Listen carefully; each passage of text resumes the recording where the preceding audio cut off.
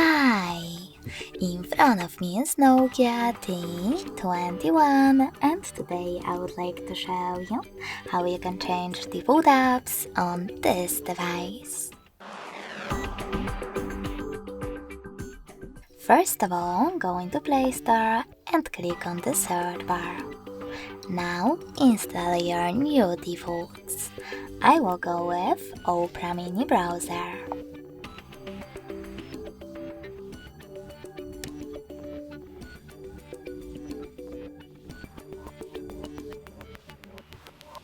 When your app is ready, go into Settings.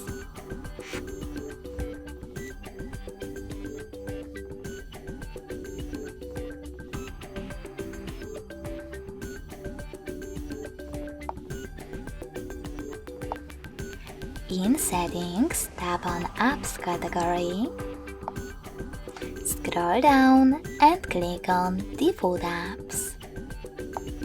Finally, tap on one of those sections that you wish to manage.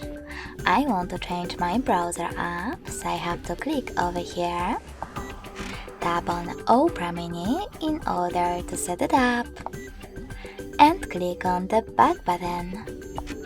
As you can see, after that, my default app has changed.